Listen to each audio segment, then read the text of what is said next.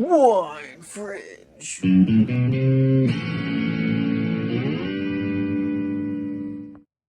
Welcome back to Wine Fringe. My name is Jill Smedley, I'm Jake Blottinger. and we are back with episode 8, Wine Trends. But Wow. before we get to the wine trends today, we're going to kind of chat back through some of the things that we've gotten to speak about that we've really enjoyed. So, Jake, what was your favorite episode so far? Like, we're over halfway through the season. We're almost done. We're actually like 75% of the way through the season. So what has your favorite episode been so far? Well, the first episode was probably the best Agreed. because it was our worst. Yep.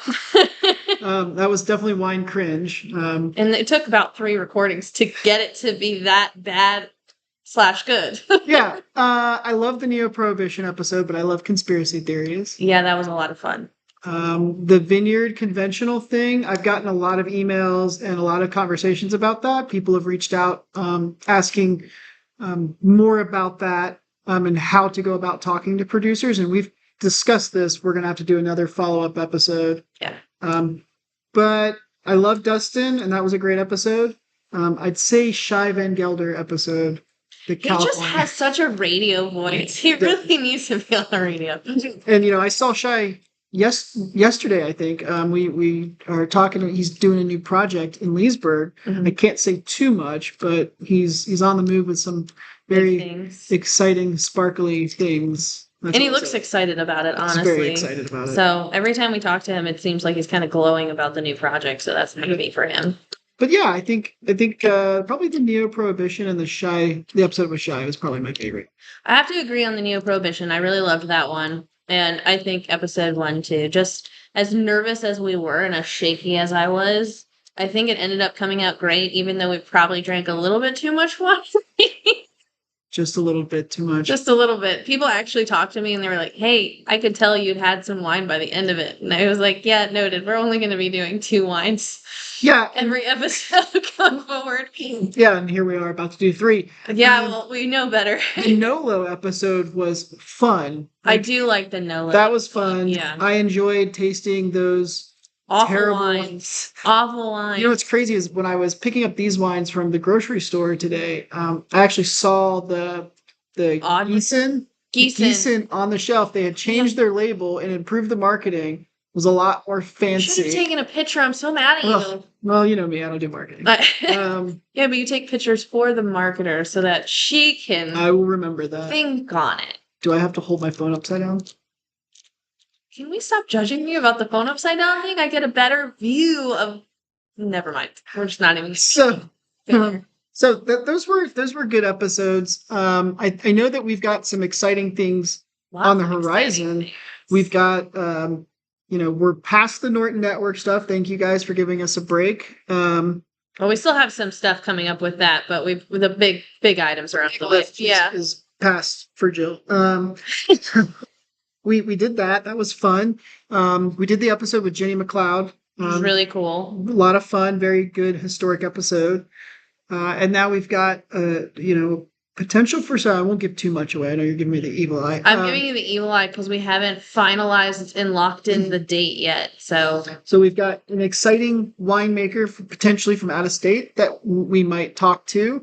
We have a real estate agent who also helps people set up their tasting rooms coming up. Big deal in the Virginia wine industry. I've really enjoyed talking to her. The more I talk to her, the cooler I think she is. Yeah. And then we've got a sommelier who, I don't love sommeliers, but I think you do love him. I do love him. And then we have, what's the other one? We have another important one. Our season wrap is coming up. We still have one more episode beyond that to plan. And then we have our season wrap episode, which is going to take place at Chateau Maryland. And the final date is coming soon. So we're really excited to hang out with Kenny and get to represent some of the things he's doing, but then also invite you guys out to enjoy some time with us, like come sip wine. More events will be coming out on our Facebook page, on our LinkedIn, on our Instagram, and then we'll do kind of a short announcement, I think, before when everything gets put in stone. Yeah, and then the other winery that we talked to in Charlottesville who has 9 winemakers under her roof. Yeah, but that's next season. That's next season. That's next season. Exciting stuff. Yeah, so I guess we're formally announcing season 2 is I coming. guess you are a guy. I dropped the bomb. Yeah, Sorry. you dropped the bomb. So, for those who don't know, we are taking on season 2 for Wine Fringe. We've done this almost a whole season and apparently are signing up for another 12 episodes. Yeah. So you can email winefringe@gmail.com Yep. with your questions, comments, concerns, and if you have complaints, it is Chrysalis Vineyards. No, I'm just kidding.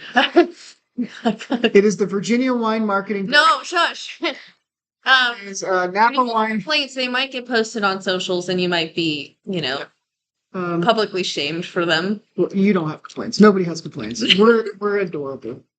Okay, so let's jump into this. Enough gushing about Trends. Okay. All right, so we are going through wine trends, one of which that's been super popular, which actually is having like a revival from last year, is jalapenos in your Sauvignon Blanc. But our overarching theme today is actually is celebrity wine. So Jake got a Francis Coppola Sauvignon Blanc that's 80 calories, and is that lower alcohol? 8% alcohol. I thought we'd tackle multiple things with this. Perfect. So Francis Coppola, famous director, movie guy. Oh gosh, what's the big movie? Godfather. I know you were going to quiz me on it, so I wanted to say it. Actually, I have a couple of things about this wine. So my first winery job where I was working in the cellar and in the vineyard was at a place called Sweet Home Carolina, and they're no longer open. But I worked for John and Lynn Corin, and they were fantastic people. They took me under their wing. They showed me everything they knew, and I got to work in their vineyard. And they had 1 acre of a variety called Diamond, which is a hybrid. Mm-hmm. And typically in the Finger Lakes, it makes either a sweet wine or a sparkling wine. And they were growing it in North Carolina. I believe they were the only people. So I had this 1 acre vineyard that I was caring for. I didn't really know much about what we were doing. And then finally we got to harvest it. We got to make a wine from it. And we called it the King of Diamonds.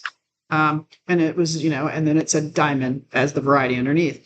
And Francis Coppola sent us a cease and desist letter telling us that we can't sell it and they would sue us if we went to market with it.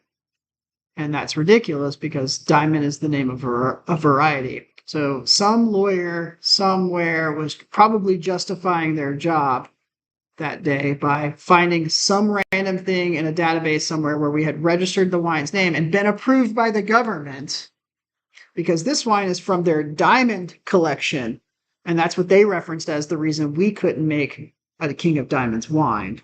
And so once the owner contacted the lawyer and said, hey, don't want to make you look stupid, but you sound stupid, they immediately sent an apology and a couple bottles of wine. So I think what we do with this is we taste the wine first and then we'll add the jalapenos in. And for the record, I actually did this trend last year with rosé and enjoyed it. And I thought it was going to be this awful experience, but actually it wasn't bad from my perception. But now it's gotten this revival where people are doing it with their Sauvignon Blanc. And so we've been sent a reel multiple times with people, drinking their Sauv Blanc with jalapenos in them. And this is mostly industry people. So I guess it's taking off from an industry side now. But I know, Jake, you're huffing and puffing. So if they're getting on board, I am torn between this. I have never seen this until about 2 weeks ago. You live under a rock, Patrick Star. I do. Nobody had mentioned this to me. I had never, and maybe I just don't pay attention to that. But nobody had mentioned it to me. And then you said we should do wine trends. I rolled my eyes. And then all of a sudden I started seeing it. And then somebody forwarded me a reel and they were like, hey, check out this wine with peaches. And I'm like, okay, that's peach Bellini. And they were like, no, it's still. I'm like, okay. And then somebody sent me like strawberries in wine, whatever. And then we worked on some cocktail wines and for the tasting room for some events. And then you showed me this jalapeno thing and I was like, what? And then not a day later, I saw another winemaker. She did it. And then our friend who's the real estate agent posted doing it. And she's like, no, no. So I have been thinking about this a lot. I have a lot of already preconceived notions and I know exactly what's about to happen. And I can explain why people are okay with the jalapeno in the white wine. I figured this out and it's actually just chemistry and wine science. Oh, you figured out the chemistry? Yeah. Well, sort of. Here's something that I find interesting is that we're adding a green pepper into the wine, which methoxypyrazine. Oh my God, you figured it out. I did. So It's proud of something you. you continue to battle in the vineyard first, right? And you kind of deal with the aftermath in the cellar. Right. So let's taste the wine first, and then Yeah. we'll talk more about methoxypyrazine and what it is. All right. Does it smell like cat piss? I get white. There's like a white flower. Yeah, definitely like dead white roses. Dead white roses. You're not a fan. It's a little spritzy. Okay, which is fine for Sauvignon Blanc. I will say that this is 8% alcohol, 80 calories, and it's low carbonation, or low carb, not low carbonation. It's 3 grams of carbs per serving. It's gluten-free and low sugar, so at least they acknowledge that there's sweetness to it. Yeah, there is a little residual sugar. Which isn't offensive. Probably just to cut the acid back. Yeah. To me, this doesn't come across de-alcoholized. It tastes like they added water to cut down on the. Yeah, I see what you're saying. And if it was somebody might be listening and going, well, what if they just picked the fruit at like 16 bricks and then made wine? When you make wine with green fruit that at that stage, the acids are like 2.6, 3.0 pH. So it'd be really sharp.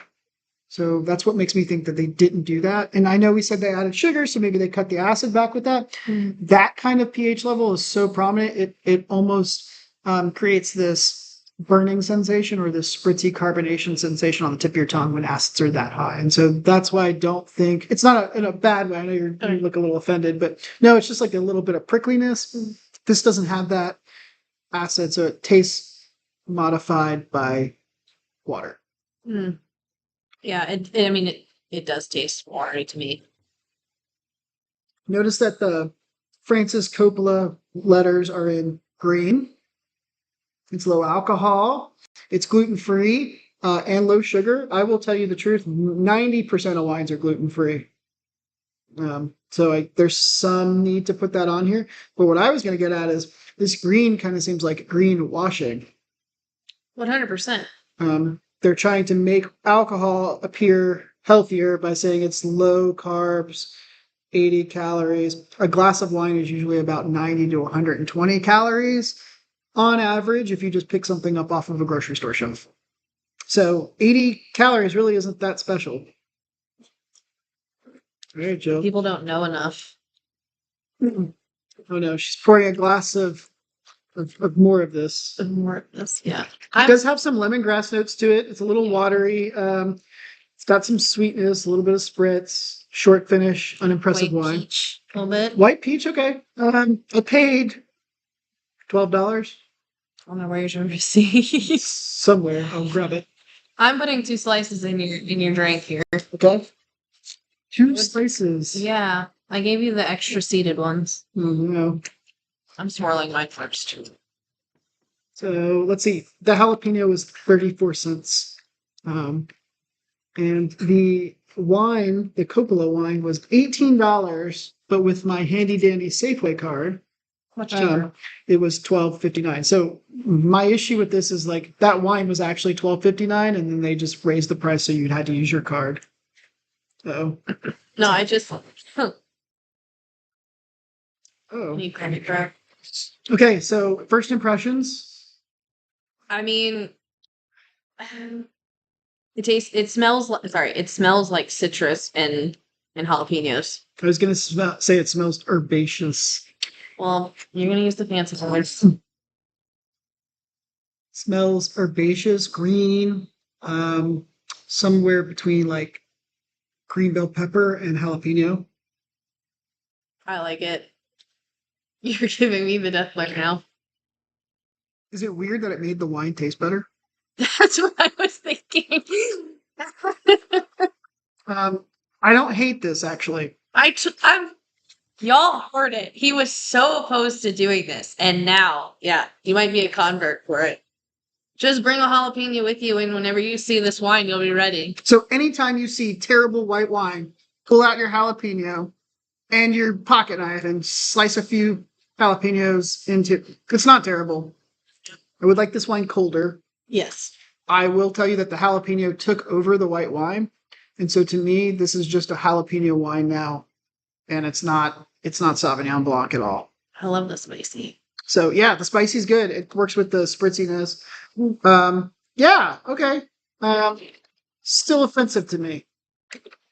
Okay, take the winemaker out of the equation. No, I can tell you this is offensive because, as you were saying earlier, like methoxypyrazine is an issue with Cabernet Sauvignon and Cabernet Franc. And listeners, let me be explicitly clear. In America, when we make Cab Franc or Cab Sauv, and we work with some of those red varieties, green bell pepper is a fault. Ooh, It is not. shade. It is not something that you should list on your tasting notes, producers. You should not say red bell pepper, green bell pepper. It's not good. That means your fruit was underripe and you didn't do proper canopy management. And it's really tough to do that here in Virginia because of the way things work, our growing conditions, us still learning how to do things, finding labor in the vineyard. I understand. We should still not call attention to the elephant in the room unless this is a style of wine you're going for with the green bell pepper and you want to lean into it. Cool. But listeners, this is a fault. Well, don't fault me for this, but I like this. I would drink this at a party. I would, yes. I wouldn't do this to my friend's Virginia wine. Like, that's just insulting. But it definitely made a mediocre wine good. yeah. Okay, which was a surprise. So from that lens, it makes sense. From a winemaker's perspective, this is a fault. Now, I know that there are a couple of Virginia producers that have done some nice cabs, and they've got a jalapeno character on the nose and on the wine, and we're both talking about how much we enjoy this. We would probably enjoy those wines because we both like jalapenos and that flavor. Sure. So it's still textbook of faults. Or I guess it would be a flaw, not a fault. Yeah. So, all right. I'm going to push this over to the side. I'm going to drink some water really quickly. Jill cannot handle the heat. No, I'm just trying to clear out. All right. So the next one.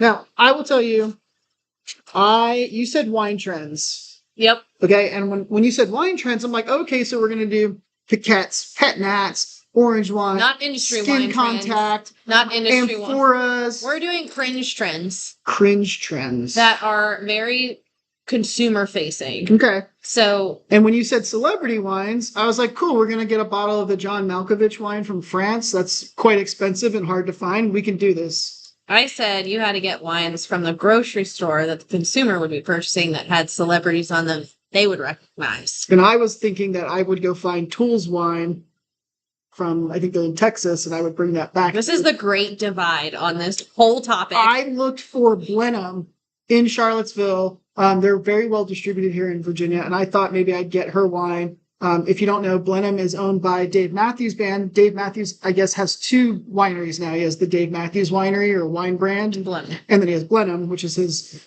Charlottesville project. They make very cool wines. I really love the Arcatatelli. They do an Albarino. Fantastic wines. Love what she's doing. That's what I was thinking. And you said celebrities, and that's where I went. And then you were like, no, like grocery store celebrity wines. And I deflated immediately. I'm so sorry, because I honestly, this is not going to be your jam, I know. But this is going to be what everyone's going to gravitate towards who you're not. Okay, so we should preface this a little bit. So we have two red wines here. We have Cali Smooth, and this is a Snoop Dogg wine. It's got his face on it. It's got his face on it. He's partnered with 19 And his Crimes. face on the cork. It is on the cork, and I took a picture of it so we can show people later. I wish I had a face pretty enough for a cork. Well, Snoop apparently does. He does. So what's really cool about this bottle is when we turn it around, because we love QR codes, there's a QR code where you can scan to bring Snoop to life. Just like on all the other 19 Crimes bottles, they have the scan to bring the convict to life that's on the front of the bottle. Mm. I can't wait to do this. We have not done this yet. I did it in college. You did it in college? So about the time that I was graduating college, 19 Crimes took off. And you were on one of the bottles, the convict? No, I was way cleaner looking back then. Looked like a little college kid. I remember the trend started and people were using their phones to watch the video. And I was like, well, that's really cool. I still didn't go out and get a bottle. Admittedly, I did. And my sister-in-law she went to school for all the scary things that people do in life. An insurance agent? Oh, no. She studies all the crimes. Oh. Right? All of the very scary crimes. Okay. And so we got these bottles and we started tasting through all of them when she was in college. And my opinion of 19 Crimes wine is not very high as far as flavor profile. It's not something I'm going to gravitate towards. What? Jake just took his first sip. But we're going to try this one today. Jake, you already taken a sip. What's your perception? Oh, another thing to note is we actually took the sugars. Did a sugar test. We did a glucose test on the 19 Crimes Cali Smooth and the other red that we have today, which is done by Zach Brown, the Z. Alexander Brown Whiskey Barrel Aged Cabernet Sauvignon.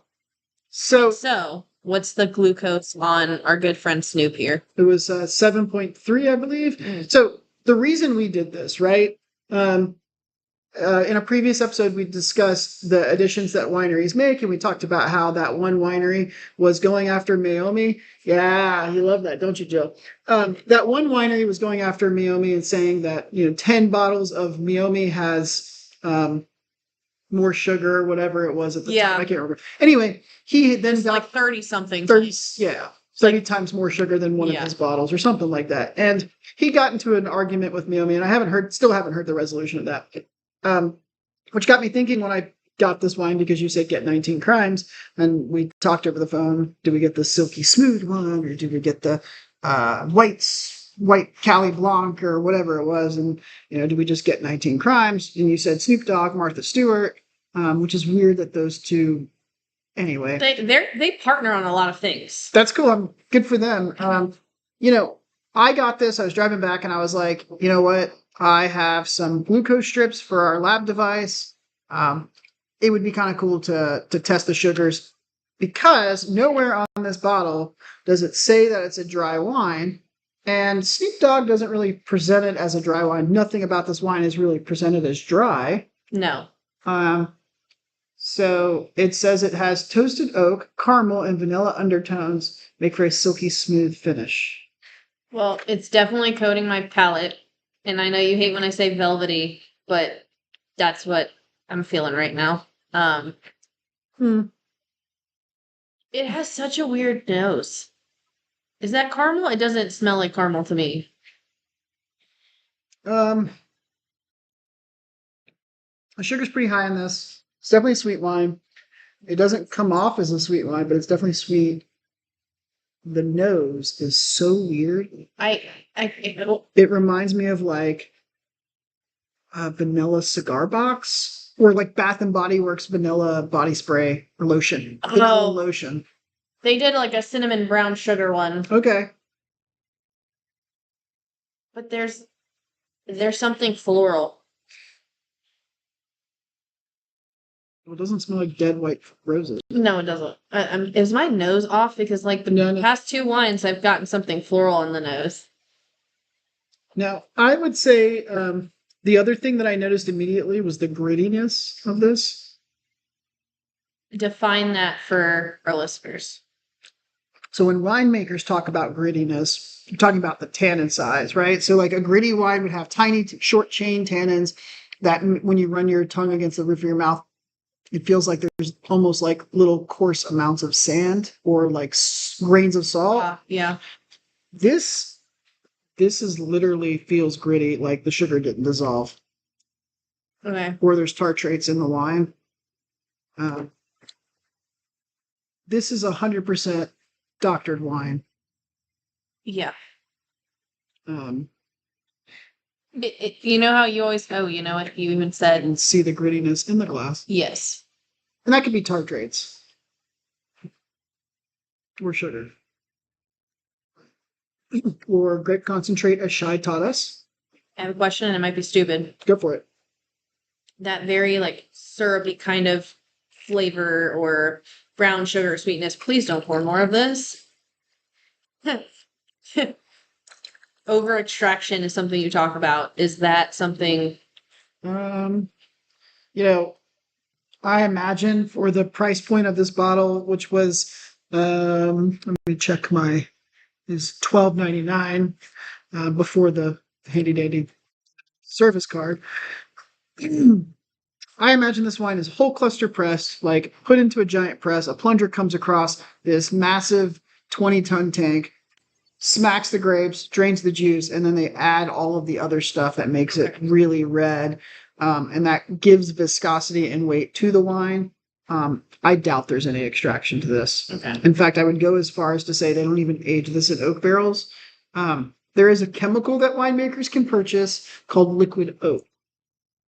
And they literally just take oak staves and they soak it in water and they cook it down and they add more oak and they cook it and they repeat this process till they create like a syrup.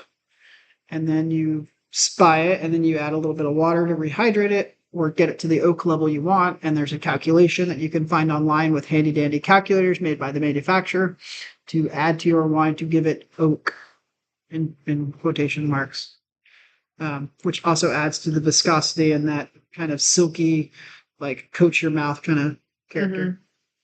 So I would not drink this again. Yeah, I'm not a Snoop Dogg fan.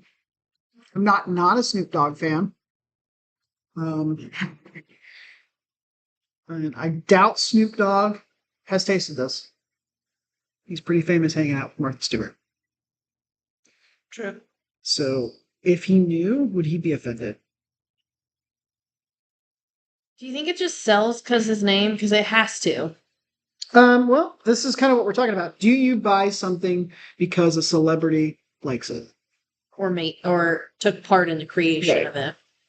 I mean, is there anything? Let's put wine aside for a second. Do you buy anything that has a celebrity's name on it because it has a celebrity's name on it? Me personally, probably not. I feel like there might be something, but you're not going after it specifically. I don't make many purchases based on what a celebrity maybe thinks of it. I make purchases based on other consumer reviews that are purchasing something. To me, this is a $20 bottle of wine or $12 bottle of wine. I would probably, wouldn't put stock in the fact that Snoop's face is on it. I'm just looking for a $12 bottle of red wine. That's how I would approach this. I know that Cameron Diaz did the clean wine thing. Do you remember this? Yes. And she did it, and the entire wine industry got pissed off because she said she made clean wine. And a couple things here. Cameron Diaz did not make the wine. Yeah. She did not grow the grapes. And it was I believe it was a winery in Spain, and she endorsed the wine. And so it's clean. And for other winemakers and industry people, that was offensive because that meant that their wines were unclean because they didn't put the word clean on it. And this is marketing. This is all this is. Yeah. And that was a really good marketing because it pissed off the entire industry, which creates a ruckus, and everybody likes a ruckus. And then consumers go and get this wine to taste it and see what it's, and they're like, oh, it's so clean tasting. Well, it was just white wine. I think it was like a Sauv Blanc, actually, or maybe a Pinot Gris or something. They're getting clean and crisp. Clean and crisp. And I think that was literally the marketing for it. They did a very cool, clean label. It was white and it had text on it. I think Cameron Diaz had a quote on the back. And consumers went right after it. And it sold a whole bunch of cases in the beginning. Mm-hmm. But it made other wine people mad. And they immediately went after them, and they proved that the wine. The other thing was that it was organic. It was an organic wine, and this is when the media started to put out some. What is organic wine? Well, you can make wine from organic. I think we've talked about this. Yes, you make wine from organic grapes, but you don't have to call. That doesn't make the wine organic, and you certainly don't have to call the wine organic. But you can use the word organic grapes on the bottle. And there's plenty of wines that do that. And we should actually do an episode on tasting through organic wines. We should get Jason Murray. Yes. We're coming for you, Jason. But that whole thing kind of uncovered that for consumers so that when you see the word organic grapes, you're like, okay, it's an organic wine. And this kind of plays into the concept of greenwashing. So now we have this organic wine and people are drinking organic and eating organic because they think they're getting cleaner foods. And it's organic wine, so it must be healthier for you. Well, because of the verbiage we are allowed to use on the label, we can say this is wine made from organic grapes, and you immediately assume it's organic wine. And then you can have organic wine, and it's assumed that your grapes are organic. But No, the I wine agree, making but isn't organic. The The wine growing isn't organic. This is the type of marketing that as a marketer, you walk into the industry and you hate, but you have to kind of live with. Right. Because whatever company you represent is doing something that is a little shady that you're kind of glossing over, and Right. it's your job to gloss over. So it kind of leaves you feeling a little dirty. Mm-hmm. And, I feel bad for the marketing team that is doing it. But at the same time, Feel bad for them. You think they care? It was probably their idea. I mean, I'm sure it was their idea, because how many things are my idea that are glossing over things? Well, we're not glossing over everything. You have very strong ethics when it comes to marketing and how we do it. Because I think that we should be representing in the most transparent way possible. I think we both like to believe that consumers Want transparency. more than And anything. they're owed transparency. I think They're it's definitely something- owed it whether they want it or not. Yeah. And I remember in college, I had a mentor who said, don't ever go into representing a product that you don't believe in. Hmm. And when you go into representing a product, ask the right questions. Because if you don't know the right questions to ask, you might end up representing something that'll hurt you in the long run. Right. And so whenever you walk into these new experiences, it's really important to do that. So like you're saying, clean wine is a very risky thing to just state. And so I wonder if it's a marketing firm who doesn't have maybe as much experience in the wine industry that stepped into that and was like, hey, it's clean wine. Maybe, or... Because I don't know that Cameron Diaz would have been the one who was like, it's clean wine. I believe she was approached many times for statements, and she didn't say anything, which means they were probably the marketing firm or her marketing person was Or a lawyer. Was like, keep your mouth shut. But it created a ruckus, and eventually I believe, and I haven't kept up with it, but I think she ended up dropping the brand completely, Separating herself. And her best friend Drew Barrymore did a rosé, or maybe Drew Barrymore and that surprises me, Diaz. because I thought Drew Barrymore was trying to separate herself from alcohol and any kind of I substance. think this was a couple of years ago. Okay. They did this together, and they had a rosé, but they didn't use the word clean at all. And there are videos or pictures or something of Cameron Diaz like in the cellar, like holding a wine glass. And so I feel like they kind of stepped up the marketing, learning their lesson from Cameron Diaz. And going to the source. Going instead like, of oh yeah, being- she was in the cellar, which consumers then go, oh, she was in the cellar, she made the wine. No. Or she had more of a connection to the process. Right, but let's go back to John Malkovich, and you can look this up, and I definitely encourage listeners to look it up. But John Malkovich bought a winery in France and was like, I'm going to own a winery. It's going to be a retiree project. I'm going to do this. Mm-hmm. And now he's backing off from acting because the wine industry is more, and he loves it, and he's working really hard at it. And, it's also went from his, my retirement plan to becoming his full-time job. It just surprises me that that's the case, because we look at the industry as it stands right now. And I was at an event just last night, and I had someone tell me I bought a winery and I feel like it's a nonprofit. Yeah, that's great. Because you told me this when I first started. The two richest day in a winery owner's life is the day they start with back up. How do you make a small fortune in the wine industry? You start with a big fortune, and then you buy a winery, and then you sell it, and then you have a small fortune. Yeah. You make a small fortune in the wine industry by starting with a big fortune. Mm-hmm. And that's like the oldest wine joke. We hear it from winery owners all the time. I like the idea of what was said to you yesterday, which is you're running $1 million nonprofit, because the industry isn't in a good place. No, everybody knows that. It's not a secret anymore. But I think our market is so saturated, and this is kind of, I hate to say this because I love Virginia wineries. This is in the industry as a whole.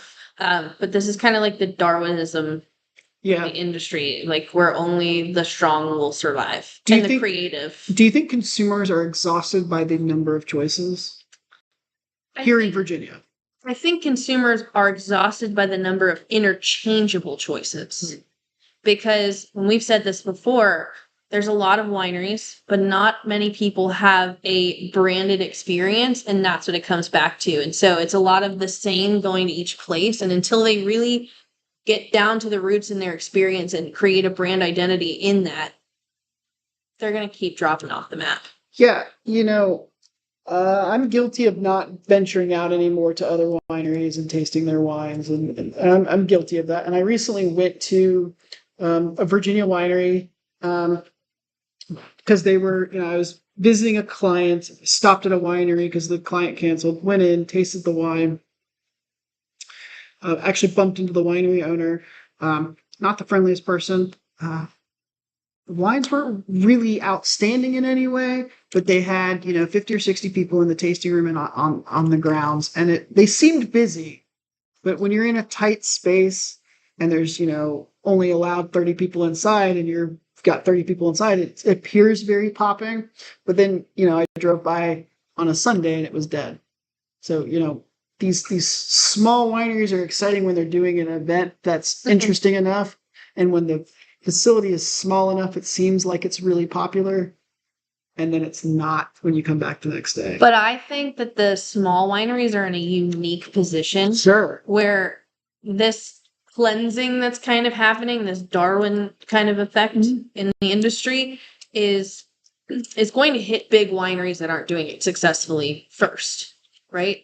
Because they have all this overhead that they all the can't infrastructure that they can't sustain. Mm-hmm. And so you have the small wineries that, yes, will feel that. But as long as they're in a good location and people know of them, the lack of overhead is going to serve them well.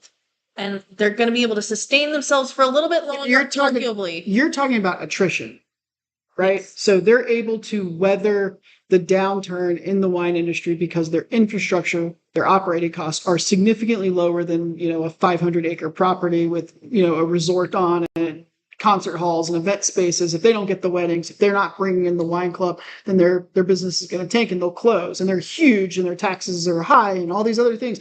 Whereas the small 20-acre property is definitely allowed to sustain longer because their operating costs are lower. But they're not immune from this.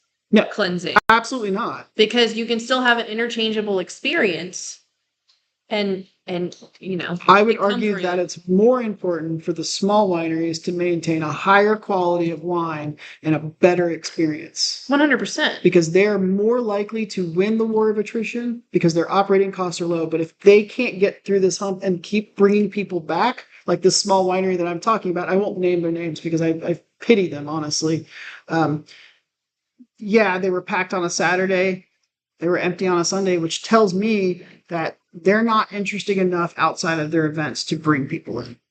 Which is unfortunate. Right. And their wine was fine. It wasn't outstanding or anything. Were they located to a highway or near a major town? Yes. Okay, well then there's no excuse at that point. They're just not interesting enough, or the wine is not high enough of quality to be memorable, maybe. Mm-hmm. But even though their operating costs are lower. So that's what makes me rethink that concept. Okay, so the takeaway on the Snoop wine. Don't buy it. Okay, Jill said don't buy it. I would say... Correct myself. Snoop, I really like you and your music, but not a fan of your wine, and I'm very sorry. Do this. Snoop, if you actually listen to this, thank you. And you can buy our opinion. Just kidding. This was a very nice wine. If maybe, and I'm trying to put a positive spin on this, if you wanted to get into wine and you also like Snoop Dogg, you're obviously going to buy this. And it's a good entry level wine for somebody who knows nothing about wine. Okay, and let's talk about the branding real quick. Okay, go for it. Purple label, Snoop's face, very dark, ominous, kind of like all the other 19 Crimes wines. And it's gold lettering, which to me says higher end. Yep. Which, as we're tasting through this, again, we appreciate the attempt, but I would not consider this a higher end wine. And then I love the interactive component on the back, but I love that on all the 19 Crime wines. Would you say that this wine, it doesn't matter what the quality is, it's all marketing? 100%. Like down to the freaking cork that has his face on it. This is my favorite part of this whole bottle. It's not even like the same picture. It's not. It's not the same picture. It's not the same. Yeah, it's completely different. But this is my favorite part of this whole bottle. Is the fact that his face is on the cork. At least it's a real cork. It is a real cork. And the Francis Coppola wine. Screw cap, which we love, but the label, meh, and greenwashing for sure. It's the diamond collection. You know, I'm sorry, it says diamond, and this reminds me of a deck of cards, like the deck of cards at my grandma's house, not like a new deck of cards. yeah, I could see that. But maybe my grandma is the one who really wants the low carb because she's diabetic and It's low alcohol. low alcohol. 8%. This Silk Smooth, Cali Smooth Silky Red blend is 12.5%. And of course, they get the plus or minus 1%, Yeah. 1.5%. It's great branding. It's definitely hip. I don't think I've seen anybody younger than me drink this wine. I don't think I've seen anybody drink this wine. But I'm glad I got to try it. Mark it off your things to do. Yes. Not that it was ever on. I would score it at like a 4 out of 10. Won't buy again. Won't even taste again. If I was at a party and somebody poured this for me, this would go into the closest house plant. All right, next one. Oh, I love Zach Brown. If this doesn't taste like a chicken fry. Oh, such a good song. I kind of. All right, so. Okay. All right, you take it away. Okay, so the label on this is I don't know what specific type of owl this is. Do you know? The kind that flies. Okay, perfect.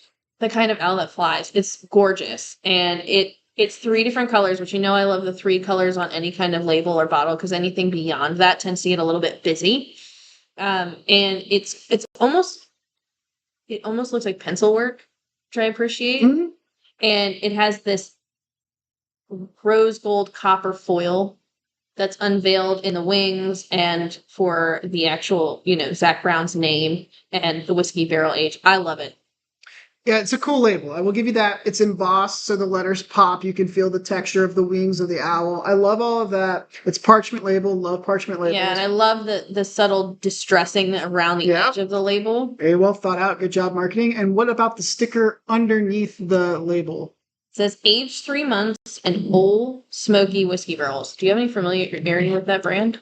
Old Tennessee Whiskey. Yeah. It's a whole whiskey brand that's very popular. Okay, well, I don't do whiskey, Okay. so... It's a very popular brand here on the East Coast. I can't speak to the West Coast, but yeah, it's a Tennessee brand of liquor. They're this kind of cool Southern spirits brand, and their products aren't bad. Mm-hmm. They're very nice products. If you're getting into spirits, they're definitely one that you're going to come across real early, and they're good introduction level. You don't have to know a whole lot about spirits to really be able to appreciate it, and they market themselves very well. They come across as very like working class, cool, Southern. For the blue collar. Yeah.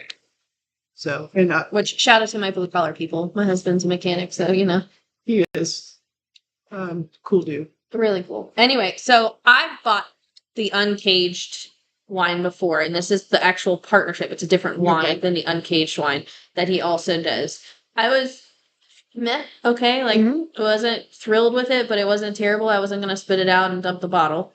So I'd drink it at a party if someone offered it to me. But you actually got the whiskey barrel aged one, which I had not tried yet. Right. So this is another one of those wines where I kind of had the foresight to pick up something that is kind of trendy right now, right?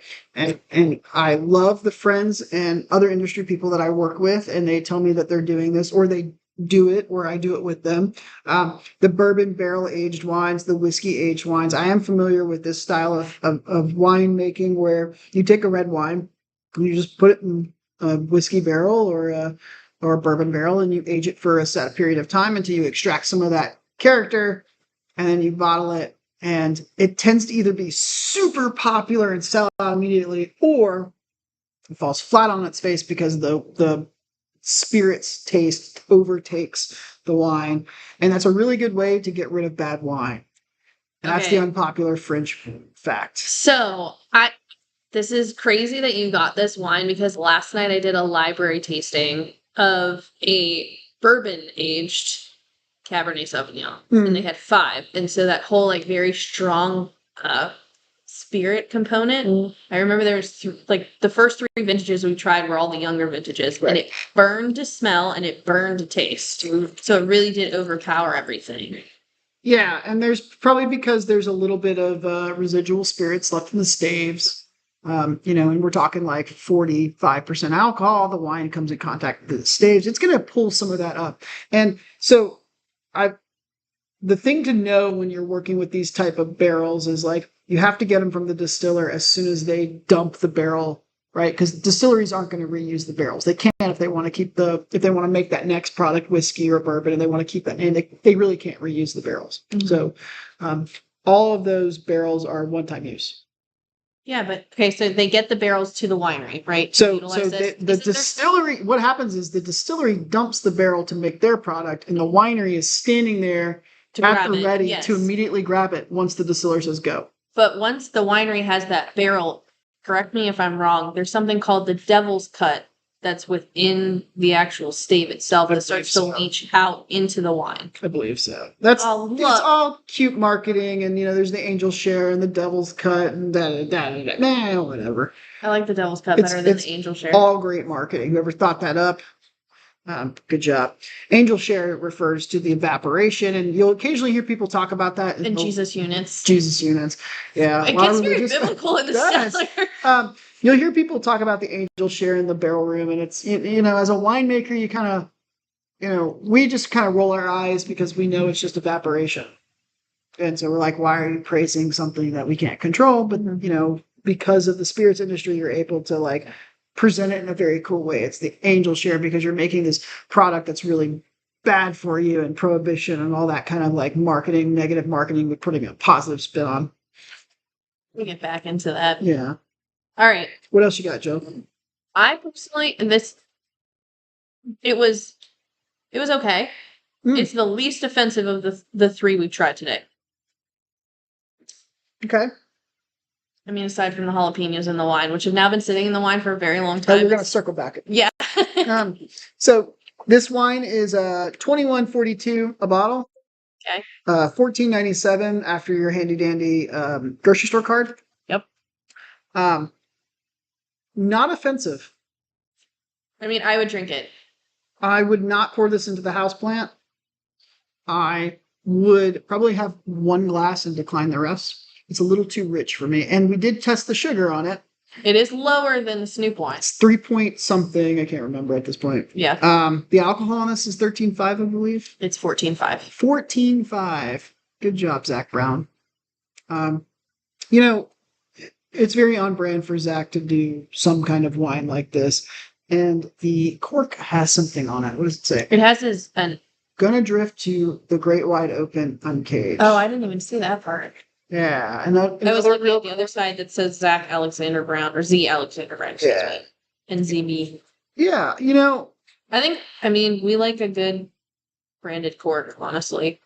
As long as there's not a capsule on it. Yeah, and that's the downfall. Is we have a capsule on a bottle with a branded cork. Why did you brand the cork? And let's circle back to what you always say. Does the capsule actually serve any function? It made the wine slightly longer. There's a slightly longer time to get into the bottle. Got it. But it doesn't actually protect the wine. Well, you're not going to age this wine. Capsules do not, there is no scientific evidence that says that capsules in any shape or form add anything to the age ability of wine in your cellar. Let me ask a subsequent question. Okay. So, occasionally you'll see mold on the top of a cork. Right. And I've seen it under foils as well. Of course. So it doesn't necessarily protect it against, the foil doesn't even protect it against mold, but does mold on the top of a cork mean the wine is bad? No. So mold is, of course, an organism, and it works through, a cork, and it tries to get to the wine. And you got to understand that the wine is escaping through the cork, right? Yeah. And so that's what takes the mold so long, is there's something kind of pushing against it, and it's working its way through. If you were to look up, and you can Google this, listeners, French wine with mushrooms on the cork. Shut up, this is a thing. And there are wineries in France that they have black mold on the corks, and they have mushrooms growing off the cork, and the winemakers will tell you that that's a sign that wine is cellar aging properly. And they're little itty bitty black mushrooms, and they grow not out of the cork on the bottle, but they actually grow out and then up. Yeah. And, then they spread their spores. And so all of these wines have it looks like they're wax dipped in mold, black mold. And, the wine is supposedly great. I've never had one myself. Send us one. Send us one, French wineries. The wine doesn't really give off the whiskey character. No. But there's vanilla. Mm-hmm. I do think the wine has lost the Cabernet Sauvignon character. 100%. To me, it just tastes like red wine. It's more. It would if you put red blend on here. I would. Would be more likely to believe that it's a red blend instead of Yeah. Cabernet. Well, you know, it only has to be 75% Cabernet Sauvignon to get the designation. Could this be a blend of Cab and Zin? Because that's what I'm getting. Oh yeah, okay, Cab Zin or Primitivo if you're Italian. Okay. Primitivo and Zinfandel are the same. It could also be like Fresno Pinot Noir. It could be like Merlot. It could be just leftover reds, and they doctored it up. You said that the winemaker worked in collaboration with Zach Brown. Okay. That's what I was able to find through basic Google search. Okay.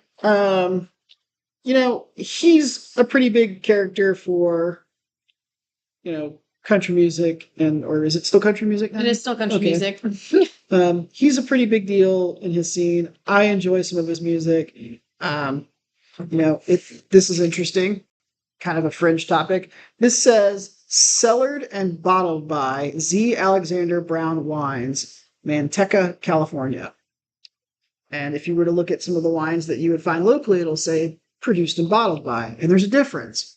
Produced and bottled by means that the winery took grapes, turned it into wine, and bottled it.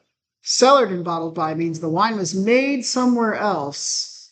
Brought in the barrels. And brought to another winery in barrels or as bulk wine, doesn't matter. Okay. Just the bulk wine leaves that winery and goes to where it was bottled. It was cellared there, which means it aged there. Chances are the wine was made in California.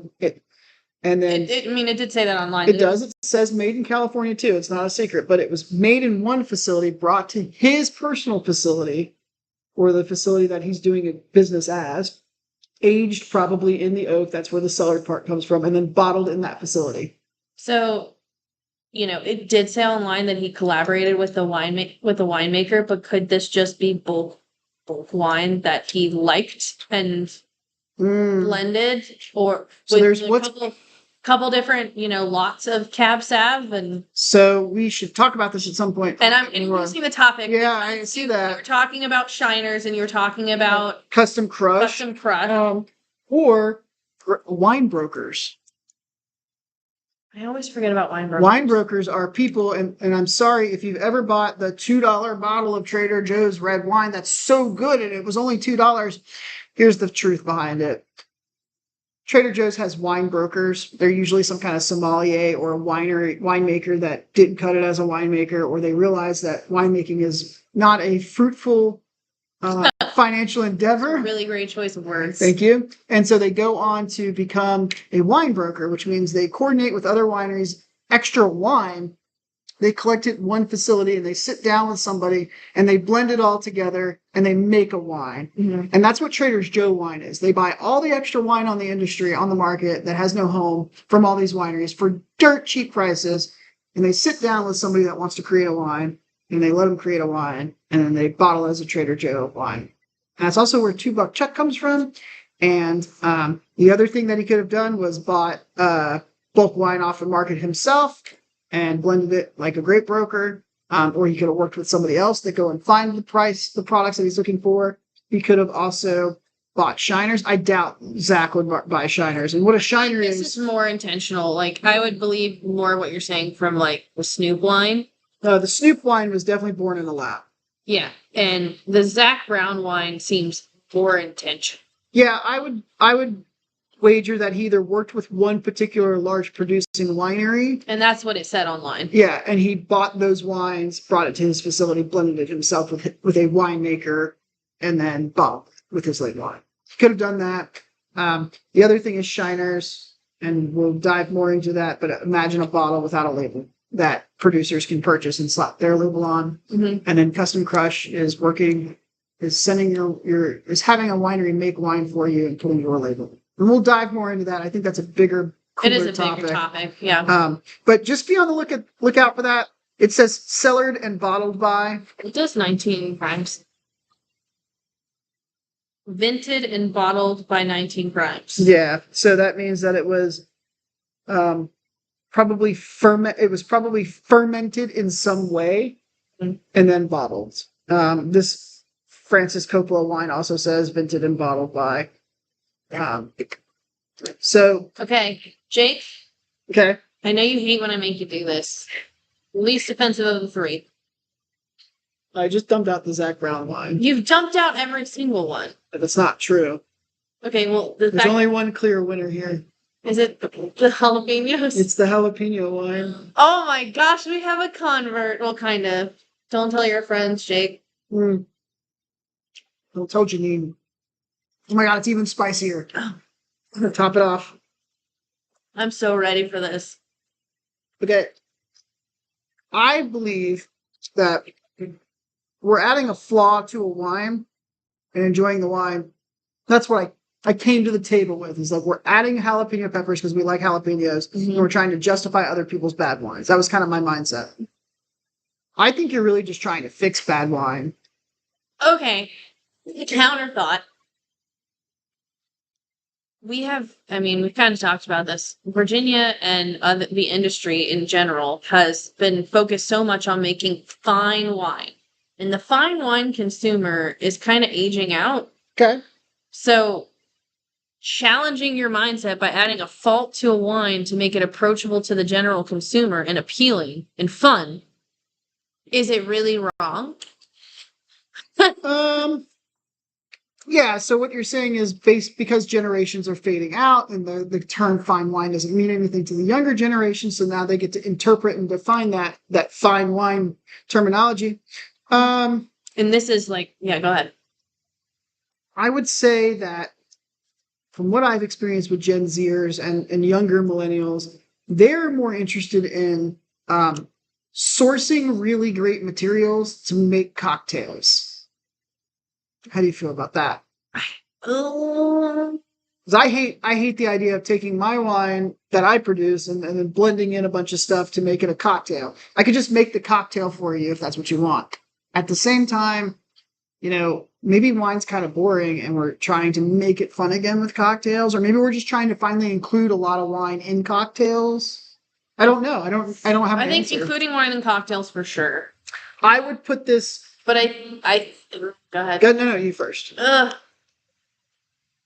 think wine was made so unapproachable for so long to the younger consumer. Yeah. This is their attempt to make it approachable to them as a step into consuming wine. Okay. I would say that, as a winemaker, we introduced a flaw into the wine.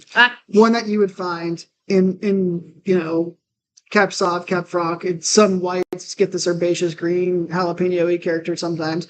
I would say that bothers me because I was trained to identify this and then fix it. All right? And not let it happen again in the vineyard. At the same time, I would put this in the cocktail status. So I would add a few ice cubes to this, maybe a little seltzer water, dump in the Sauv Blanc if it wasn't already watered down, and then dump in some jalapenos for character, and you could sell this to me for $10 a glass. And I would be okay with that, and I would enjoy this at the party. Am I going to do this at home when I'm watching TV or a movie? No. But it's fun, and this was fun. I'm glad you had fun. It's spicy. It is spicy. I really appreciate it. All right. Well, so your favorite of them all was the cocktail. Was the cocktail. Sorry, Janine. Mine's a toss-up between the cocktail and the Zach Brown wine. Is that because of the music? Okay, we all know I'm a little touch redneck and a little touch country. Okay. And so, yeah, I do enjoy Zach Brown's music, but I've had a lot of celebrity wine. Okay. And I'll say that it's the least offensive of the celebrity wines that I have. So I think he's doing a lot more than his industry comrades. Well, I think I kind of believe he might actually be involved in the production in some regard. Maybe it's just the tasting and blending component. I highly doubt that Snoop Dogg even has this wine in his house. Or houses, whatever. Jake is available for consultations. And would be happy to help you with your wine blending. Yeah, I'm always available for blending. Thanks, Jill. So, I want to believe, and I think all consumers do, that the celebrity that they're buying the wine for is involved in the production. But the reality is that at the end of the day, 99% of the time, They're not. they're not. And Francis Coppola loves his winery, but he's not drinking his 80-calorie Sauv Blanc No, with that was jalapenos. specifically made for current Sure, consumers. But he is not drinking this. He No. probably, I'm willing to bet he doesn't even know this product exists. And his name's on the bottle. And Mr. Coppola, if you do know this product exists and you want to challenge us, you can send an email To Wine Fringe. winefringe@gmail.com, and we will be happy to do a Zoom Tasting? or an in-person tasting. You can fly us out to you, or you can fly to us, and we can taste with you in person. And you can tell us all about how this wine is made, and we will retract our statement that Publicly that jalapenos in your wine with your name on it make your wine taste better. I love this challenge. And Zach Brown. Sorry. Zach Brown. I'm a Zach Bryan fan. I also like Zach Brown. If you want to talk to us about owls and how you're saving them, we're happy to hear that. We just like to go to your concert. Yeah, your music's really good. I'm Jake Blottinger. And I'm Jill Smedley. And this is Wine Fringe.